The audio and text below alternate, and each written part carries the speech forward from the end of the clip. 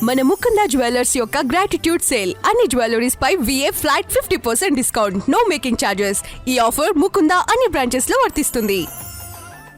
ఇప్పట్లో అసెంబ్లీ సమావేశాలు ప్రారంభం కాబోతున్నాయి. బీఆర్ఎస్ ఎమ్మెల్యేలు గన్ పార్క్ వరకు వచ్చి నివాళులు అర్పిస్తున్నారు. బడ్జెట్ సెషన్ జరగబోతుంది. ప్రధానంగా బీఆర్ఎస్ ఎజెండా ఏమి? డెఫినెట్గా ప్రజల పక్షాన నిలదీయడం జరుగుతుంది. అదేవిధంగా వాళ్ళ 6 గ్యారెంటీలు కూడా ఇంకెప్పుడు అమలు చేస్తారు? 2.5 సంవత్సరాలు వస్తుంది. కాబట్టి మీరు ప్రజలకు ఇచ్చినటువంటి హామీలు ఏంది, ఈరోజు మీరు చేస్తుంది ఏంది?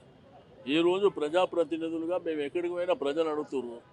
మేము అక్కడ పోయి పెన్షన్ ఇచ్చేటప్పుడు సార్ 4,000 ఇస్తున్నారు కదా ఏమైనా అని అడుగుతారు.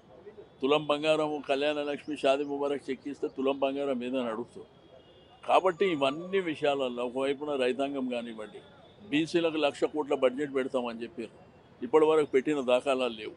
2.5 సంవత్సరాలు ఇంకా మిగిలింది వాళ్ళకు 1.5 బడ్జెట్ తప్ప. కాబట్టి తప్పకుండా ప్రజల పక్షాన పోరాటం. ఇది 3 GHMC 3 కమిషనరేట్లుగా చేశారు. దీనిపై ఏమంటారు? తుగులకు బాస్, తుగులకు మాకు అధికారం వచ్చింది, మా ఇష్టానుసారం చేసుకుంటాం. ఓకే, అల్టిమేట్గా ప్రజలు నిర్ణయం. చాలా సీనియర్ మంత్రి, హైదరాబాద్కి సంబంధించి వ్యక్తి, దీన్ని ఎట్లా చూస్తారు? ఒకవేళ అభివృద్ధి జరుగుతుంది అంటారు. మీకు ఏమంటున్నామంటే మీరు 2.5 సంవత్సరాలల్లో మీరు ఏ అభివృద్ధి ఒక్క కార్యక్రమం టేకప్ చేసారో చెప్పమని చెప్పి. 3 హాస్పిటళ్ళు మేము కట్టినవి ఆల్రెడీ 50% కంప్లీట్ అయింది. అప్పుడు అవే ఆన్ గోయింగ్. ఎస్టీపీలు మేము కట్టినాయి, వాళ్ళు ఇనాగ్రేషన్ చేస్తున్నాయి. పార్కులు మేము కట్టినాయి. కొత్తగా మీరు ఏం చేసారో చెప్పండి.